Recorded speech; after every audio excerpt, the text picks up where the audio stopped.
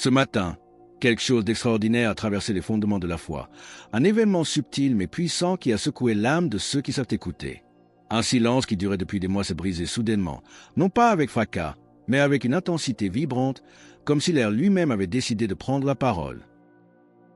À Medjugorje, ce lieu où, depuis des années, le temps semble se mouvoir selon un rythme différent du reste du monde, les premiers témoins ont décrit une quiétude plus profonde que d'habitude. Ce n'était pas simplement l'absence de bruit, mais une présence. Une sensation difficile à expliquer avec des mots humains, ni peur, ni enthousiasme fébrile, mais une attente qui vibre sous la peau, une électricité spirituelle. C'est dans cet espace suspendu, entre le ciel et la terre, que Mirjana, l'une des voyantes originelles, aurait reçu un message qui ne peut être ignoré. Il ne s'agit pas d'une phrase isolée ou d'une image passagère comme on en voit parfois, mais d'une révélation qui pèse lourd, comme un souffle retenu depuis trop longtemps. Ceux qui sont proches d'elle racontent que son visage, habituellement empreint d'une sérénité maternelle, trahissait cette fois une sérieuxité rare, une gravité solennelle. C'était le visage de quelqu'un qui a vu quelque chose qu'on ne peut dire sans en mesurer les immenses conséquences. Comme petit merci de nous rejoindre aujourd'hui dans ce moment de réflexion profonde, nous offrons un moment de bénédiction partagée. Commentez avec le mot foi si vous êtes ouvert à recevoir une pensée finale spéciale dédiée à tous ceux qui participent. Et s'il vous plaît, appuyez sur j'aime si vous ressentez, vous aussi, cet appel intérieur. Depuis cet instant précis, une date a commencé à circuler. Elle passe de murmure en prière, assumant un sens qui va bien au-delà de n'importe quel calendrier civil. Et pendant que le monde continue sa course effrénée comme si de rien n'était, à Medjugorje, quelque chose a déjà fondamentalement changé. L'atmosphère est chargée. Restez bien avec nous, car au fur et à mesure que notre histoire se déroule, nous découvrirons les 3 phases mystérieuses de cet événement annoncé qui pourrait vraiment vous surprendre par leur précision. Désormais, une seule question subsiste, une question qui hante les esprits et les cœurs. Sommes-nous vraiment prêts pour ce qui s'approche? Dans les collines silencieuses de ce sanctuaire, où chaque pierre semble garder le secret d'une prière non dite, la nouvelle s'est répandue avec une rapidité insolite. Elle n'a pas été annoncée par des haut-parleurs, elle n'a pas été proclamée sur les places publiques, mais elle est passée de bouche à oreille, comme cela arrive seulement avec les choses essentielles qui font trembler l'âme. Mirjana, celle qui porte depuis des décennies le poids des secrets confiés par le ciel, avait parlé, ou plutôt, elle avait écouté, et ce qu'elle a entendu change tout. Au fil des heures qui ont suivi cette première onde de choc, le mystère a commencé à prendre une forme précise. Une date s'est imposée dans le cœur de ceux qui étaient présents, non pas comme une rumeur floue, mais comme un battement de cœur régulier et inévitable que l'on ne peut plus ignorer, le 10 décembre 2025. Ce n'est plus une simple indication sur un calendrier civil, une case parmi d'autres. C'est devenu un point fixe dans la conscience collective, une ligne de démarcation absolue au-delà de laquelle plus rien ne semble devoir rester identique. À Medjugorje, cette date fatidique du 10 décembre n'était pas criée sur les toits, mais elle résonnait partout, dans les couloirs silencieux des pensions de famille, dans le bruissement des chapelets au pied de la colline des apparitions, et dans le regard grave échangé entre des inconnus qui sentaient, sans se parler, qu'ils partageaient désormais un secret trop grand pour être portés seuls. Ce qui rendait cette révélation encore plus lourde, c'était le silence de Mirjana. Elle n'avait ajouté aucun détail superflu. Aucune description apocalyptique, aucune promesse facile, aucune menace terrifiante. Juste cette date, et c'est précisément ce dépouillement qui a rendu l'annonce si percutante.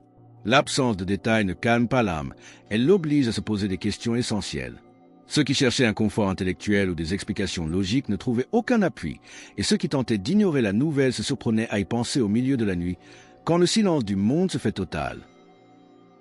Le 10 décembre n'apparaissait pas comme une fin, mais plutôt comme une porte entr'ouverte, un seuil mystérieux derrière lequel filtre une lumière qui n'appartient pas à ce monde. C'est ici que l'enseignement de l'apôtre Paul aux Romains, 13h11, prend une résonance vibrante et actuelle. Cela importe d'autant plus que vous savez en quel temps nous sommes. C'est l'heure de vous réveiller enfin du sommeil, car maintenant le salut est plus près de nous que lorsque nous avons cru. Ce réveil dont parle l'Écriture semblait se matérialiser physiquement. Personne ne savait exactement ce qui allait se produire, mais tout sentait avec certitude que quelque chose allait arriver. Et alors que les jours continuaient de s'écouler sur les calendriers du reste du monde, beaucoup avaient la sensation étrange que le temps lui-même avait ralenti à Medjugorje, comme s'il retenait son souffle en attendant ce jour précis qui porte désormais le poids de l'éternité. Au début, tout semblait confiné dans le creuset des collines bosniaques. Mais une vérité spirituelle ne peut rester enfermée. Comme des ondes qui s'élargissent inexorablement lorsqu'une pierre touche la surface d'un lac calme, la nouvelle a commencé à franchir les frontières du village. D'abord les villes voisines, puis la région entière, jusqu'à ce que le nom de Medjugorje recommence à circuler bien au-delà de ce que quiconque aurait pu imaginer. Ce n'était plus seulement un lieu de pèlerinage géographique, mais un point de référence pour les âmes en quête. Cependant, alors que le message se propageait, il allait bientôt rencontrer deux mondes souvent opposés, celui de la science rationnelle et celui de la foi pure, provoquant des réactions qui allaient stupéfier les observateurs. Ce qui avait commencé comme un murmure localisé dans les Balkans s'est rapidement transformé en une conversation mondiale, traversant les frontières invisibles qui séparent habituellement les nations et les cultures. Des messages discrets ont commencé à circuler, des appels téléphoniques brefs, des courriels mesurés, des regards cherchant une confirmation silencieuse. En l'espace de quelques jours seulement, la date du 10 décembre 2025 a franchi les océans et les barrières linguistiques. Pourtant, elle ne se propageait pas comme une rumeur virale classique ou une nouvelle sensationnelle des réseaux sociaux. Elle voyageait comme une pensée unique naissant simultanément dans des esprits éloignés. Certains observateurs sceptiques ont tenté de parler de coïncidence ou de suggestion collective, cherchant à rationaliser l'inexplicable. Mais aucune théorie sociologique ne parvenait à expliquer pourquoi des milliers de personnes, ne se connaissant pas et vivant dans des réalités totalement différentes, commençaient à poser exactement la même question au même moment, animées par la même urgence intérieure. Du cœur de Medjugorje jusqu'aux communautés les plus reculées d'Europe et bientôt d'Amérique et d'Asie, le récit s'est métamorphosé. Le simple fait divers est devenu prière. La prière s'est changée en attente, et cette attente est devenue une présence concrète, presque tangible, comme une ombre bienveillante accompagnant chaque pas. Le village lui-même restait immobile dans son silence pierreux, mais le monde autour avait déjà commencé à bouger. Non pas pour fuir ou se défendre, mais pour tenter de comprendre si un fil invisible était effectivement en train de relier l'humanité entière à partir d'une petite colline en Herzégovine. Lorsque la nouvelle a débordé du cadre purement religieux, elle est entrée dans un territoire plus instable et fascinant, celui où la science tente d'observer ce que la foi perçoit sans instrument. Dans certains cercles académiques et médicaux, on a commencé à parler de Medjugorje avec une prudence nouvelle. Il ne s'agissait pas de confirmer le surnaturel, ce qui dépasse leur mandat, mais de ne pas rejeter les faits observés, car il y avait des aspects qui ne se laissaient pas classer dans les catégories habituelles de la psychologie de masse.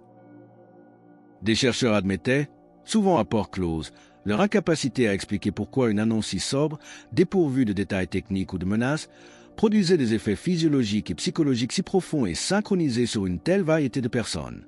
Ceux qui étudient les phénomènes humains notaient des variations subtiles, des récits émergeant de partout décrivant des sensations diffuses, des inquiétudes soudaines sans objet précis, et surtout des rêves répétés d'une clarté troublante.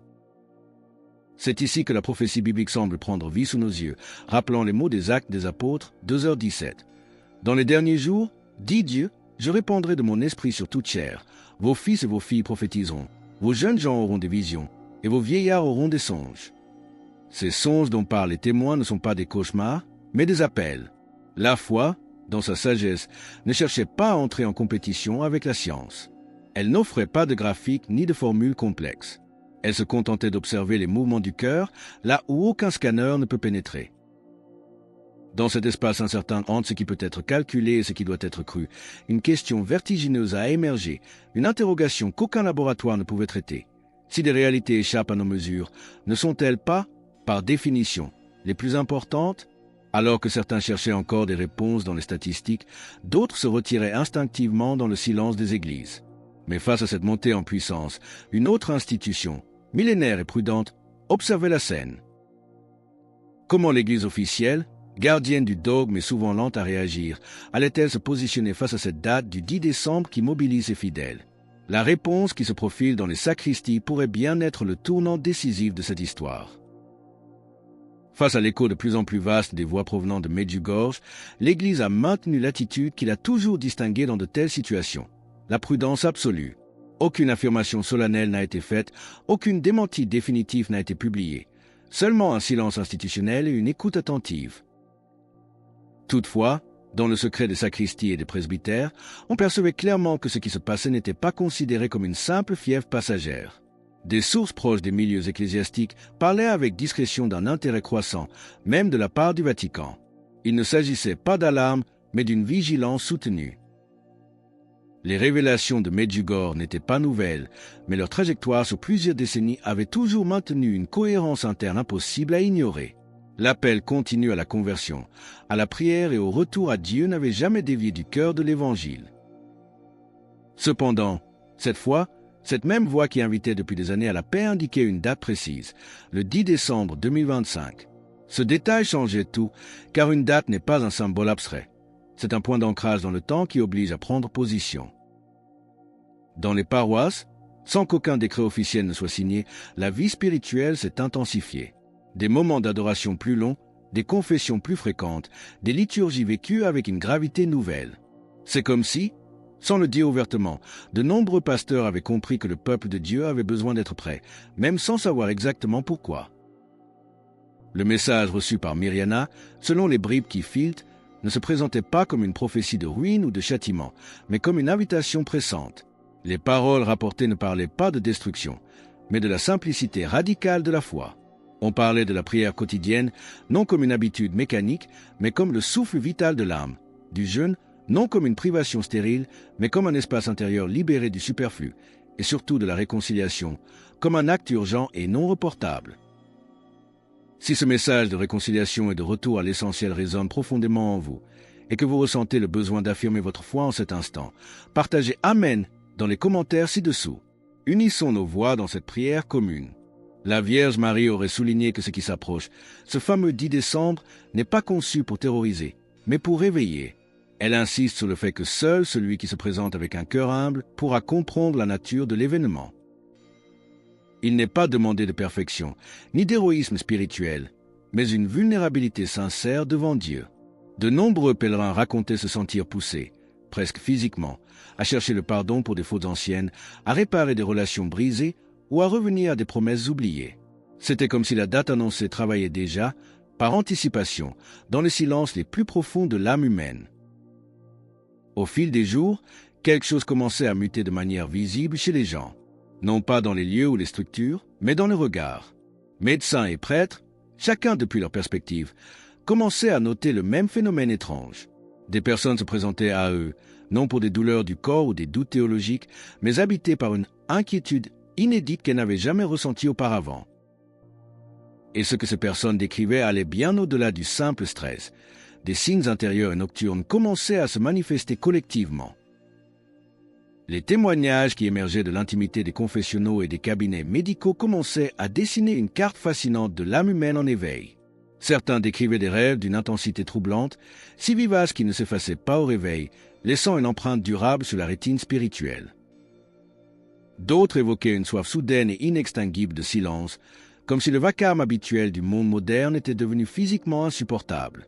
On voyait des gens ressentir le besoin impérieux d'écrire des lettres qu'ils n'avaient jamais osé envoyer, de renouer des liens brisés depuis des décennies, ou simplement de pleurer sans raison apparente, des larmes qui n'étaient pas de tristesse, mais de libération. Ce n'était pas de la panique, c'était de la conscience. Une sensation subtile mais constante que quelque chose, à l'intérieur, frappait à la porte avec insistance. Cette expérience collective rappelle puissamment les paroles de l'Apocalypse, 3h20. « Voici, je me tiens à la porte et je frappe. Si quelqu'un entend ma voix et ouvre la porte, j'entrerai chez lui, je souperai avec lui, et lui avec moi. » Il semblait que le 10 décembre agissait déjà comme cette frappe divine à la porte des cœurs, bien avant que la date ne soit atteinte sur le calendrier.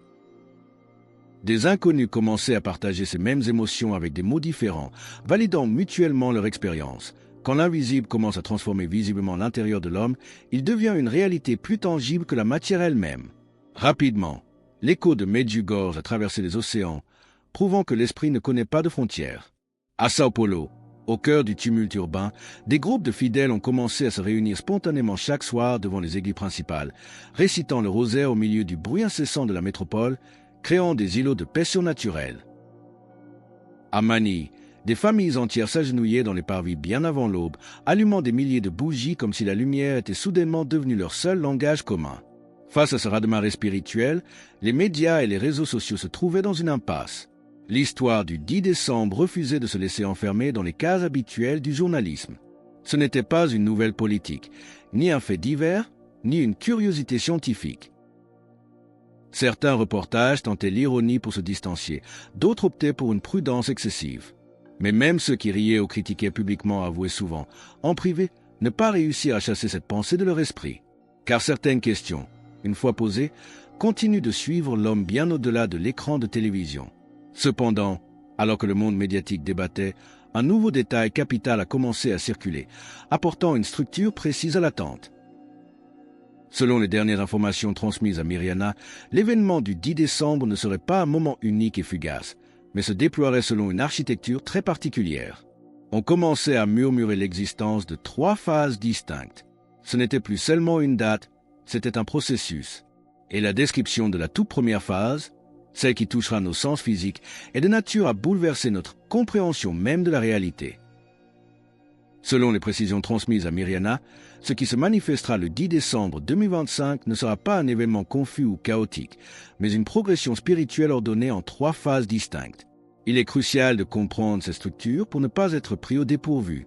La première phase est décrite comme une altération perceptible de la qualité même de la lumière. Il ne s'agira pas d'une simple aurore boréale ou d'un phénomène météorologique localisé que les scientifiques pourraient expliquer par l'activité solaire. Ce sera une luminosité nouvelle, visible par chaque œil humain sur la planète, indépendamment du fuseau horaire ou de la météo. Cette lumière agira comme un langage universel sans mots, un signal céleste indiquant que le temps ordinaire est suspendu et que le ciel s'adresse directement à la Terre. Ce sera le premier coup de semonce, impossible à ignorer, invitant le monde entier à lever les yeux. La deuxième phase, beaucoup plus intime, ne touchera plus les sens extérieurs mais le cœur profond de l'homme. Les témoins rapportent que cette étape sera une illumination intérieure. Les individus feront l'expérience d'une conscience soudaine et absolue de leur propre état spirituel.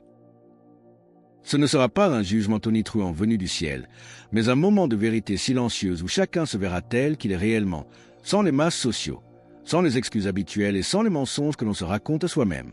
Comme nous le rappelle l'apôtre Paul dans sa première lettre aux Corinthiens 4h5, c'est lui qui mettra en lumière ce qui est caché dans les ténèbres et qui fera paraître les desseins des cœurs. Ce moment de lucidité sera, pour beaucoup, une épreuve redoutable mais salutaire, une chance unique de réaligner sa vie sur la vérité avant qu'il ne soit trop tard. Pour rejoindre notre communauté et ne manquer aucune histoire inspirante sur ces moments de foi qui nous unissent, pensez à cliquer sur « J'aime » et à vous abonner. Votre soutien nous aide à partager ces messages vitaux. La troisième phase reste la plus mystérieuse car elle échappe à toute description collective. Elle est définie simplement comme le choix silencieux. Après la lumière et la vérité, viendra le moment de la décision. Ce sera un acte intérieur invisible, sans spectateur ni témoin, qui se jouera dans le sanctuaire inviolable de la conscience individuelle. Chaque âme devra décider, en toute liberté et en pleine connaissance de cause, de sa réponse à l'invitation divine. Ce choix déterminera la trajectoire spirituelle de chacun pour les temps à venir. À mesure que le 10 décembre approche, l'atmosphère à Medjugorje et dans le monde semble s'épaissir, devenant presque tangible.